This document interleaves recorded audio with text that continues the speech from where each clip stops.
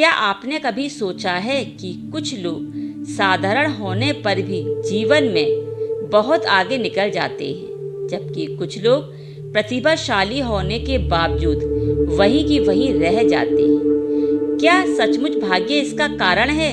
नहीं। श्री कृष्ण कहते हैं, मनुष्य का भाग्य उसके कर्मों से बनता है और कर्म उसकी आदतों से बनते हैं। यदि आदतें अच्छी हैं तो जीवन ऊंचा उठता है, और यदि आदतें बुरी हैं तो वही आदतें धीरे धीरे मनुष्य को उसके लक्ष्य से दूर ले जाती हैं। आज मैं आपको श्री कृष्ण का एक ऐसा रहस्य दिव्य संदेश सुनाने जा रही हूँ जो शायद आपके जीवन की दिशा बदल दे।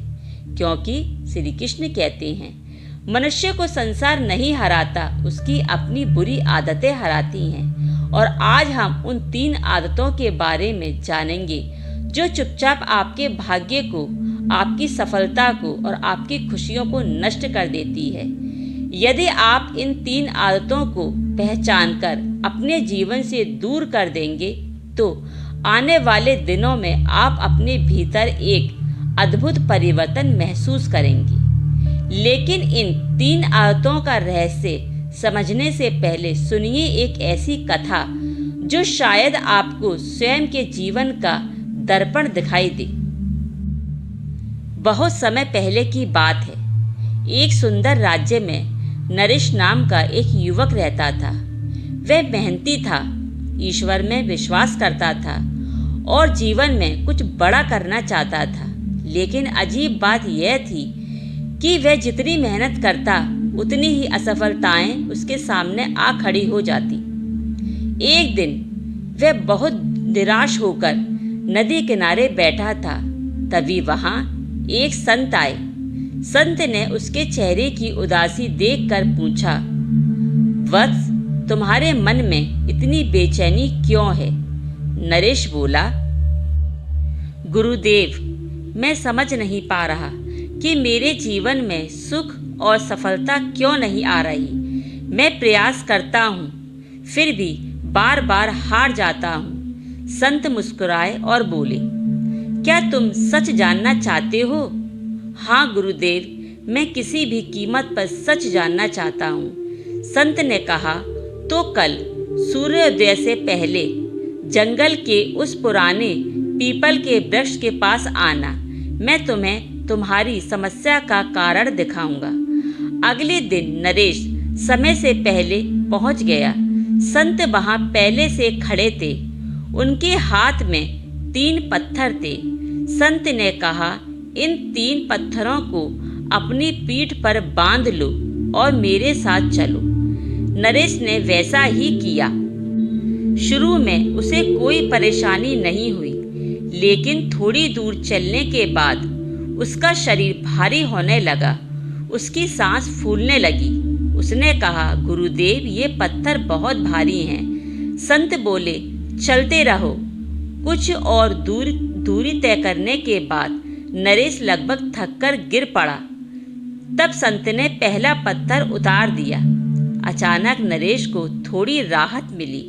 उसने पूछा, इस पत्थर का क्या अर्थ है? संत बोले, यह पत्थर आलस्य का है। पहली आदत आलस्य। संत ने कहा, जब तुम कहते हो कि कल से शुरू करूंगा, जब तुम अपने सपनों को टालते हो, जब तुम अवसर आने पर भी उठकर खड़े नहीं होते और काम नहीं करते हो, तब तुम अपनी पीठ पर यही पत्थर बांध लेते हो। अब केवल 2 पत्थर थे, लेकिन बोझ अभी भी भारी था। कुछ दूर चलने के बाद नरेश फिर थक गया। तब संत ने दूसरा पत्थर भी उतार दिया। दूसरी आदत क्रोध। नरेश ने राहत की सांस ली। संत बोले, यह पत्थर क्रोध का पत्थर है।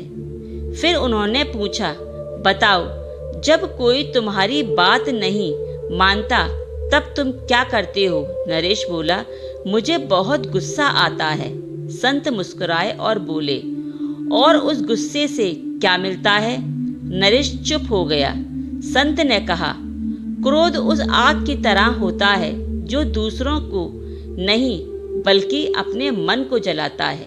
लेकिन सबसे पहले हमें क्रोध पर नियंत्रण करना चाहिए। ये दूसरा पत्थर उसी क्रोध का पत्थर था जिसे तुम वर्षों से बांधे हुए थे। जो व्यक्ति क्रोध को जीत लेता है वह आधी दुनिया जीत लेता है। लेकिन एक पत्थर अभी भी नरेश की पीठ पर था। अजीब बात यह थी कि वही पत्थर सबसे भारी लग रहा था। तीसरी आदत, दूसरों से तुलना करना। संत ने अंतिम पत्थर उतारते हुए कहा, यह सबसे खतरनाक आदत है, तुलना। नरेश ने आश्चर्य से पूछा, तुलना? यह तो साधारण बात है। संत हंसे, नहीं, बस यही सबसे बड़ा जाल है। उन्होंने सामने के खिले हुए फूलों की ओर इशारा किया और कहा, यह क्या है? एक गुलाब था, एक कमल था, एक चमेली थी। संत ने पूछा, क्या गुलाब कभी कमल बनने की कोशिश करता है? नहीं। क्या चमेली कभी गुलाब बनने की कोशिश करती है? नहीं। क्या ये आपस में एक दूसरे से ईर्ष्या करते हैं? नहीं। फिर मनुष्य ऐसा क्यों करता है? नरेश के पास कोई उत्तर नहीं था। संत बोले, जब तुम दूसरों की सफलता देखकर दुखी होते हो तब तुम अपनी शक्ति को खो देते हो। तुम्हारा मार्ग अलग है, तुम्हारी यात्रा अलग है, तुम्हारा समय अलग है। दूसरों को देखकर स्वयं को कम मत समझो। जैसे ही तीसरा पत्थर उतरा, नरेश को ऐसा लगा मानो उसके शरीर से कोई बड़ा बोझ हट गया हो। वह हल्का महसूस करने लगा। उसके चेहरे पर मुस्कान लौट आई। संत ने कहा, बस जीवन की सबसे बड़ी लड़ाई बाहर नहीं, भीतर होती है। मनुष्य को संसार नहीं हराता, उसकी बुरी आदतें उसे हराती हैं।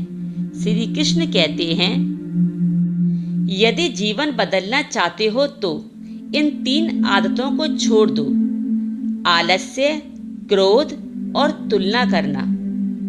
जिस दिन तुम इन 3 आदतों को छोड़ दोगे, उसी दिन से तुम्हारे जीवन का नया अध्याय शुरू हो जाएगा। और याद रखो, भाग्य बदलने का रहस्य किसी चमत्कार में नहीं बल्कि अपनी आदतों में है। अपनी आदतों को बदलो और अपने भाग्य को बदलो। इसी के साथ मैं अपनी वाणी को यही विराम देती हूँ। यदि मेरी वीडियो अच्छी लगी हो, इसे लाइक कीजिए, मेरे चैनल भक्ति अमृत वाणी को सब्सक्राइब कीजिए। तो चलती हूँ। जय श्री कृष्णा। राधे राधे।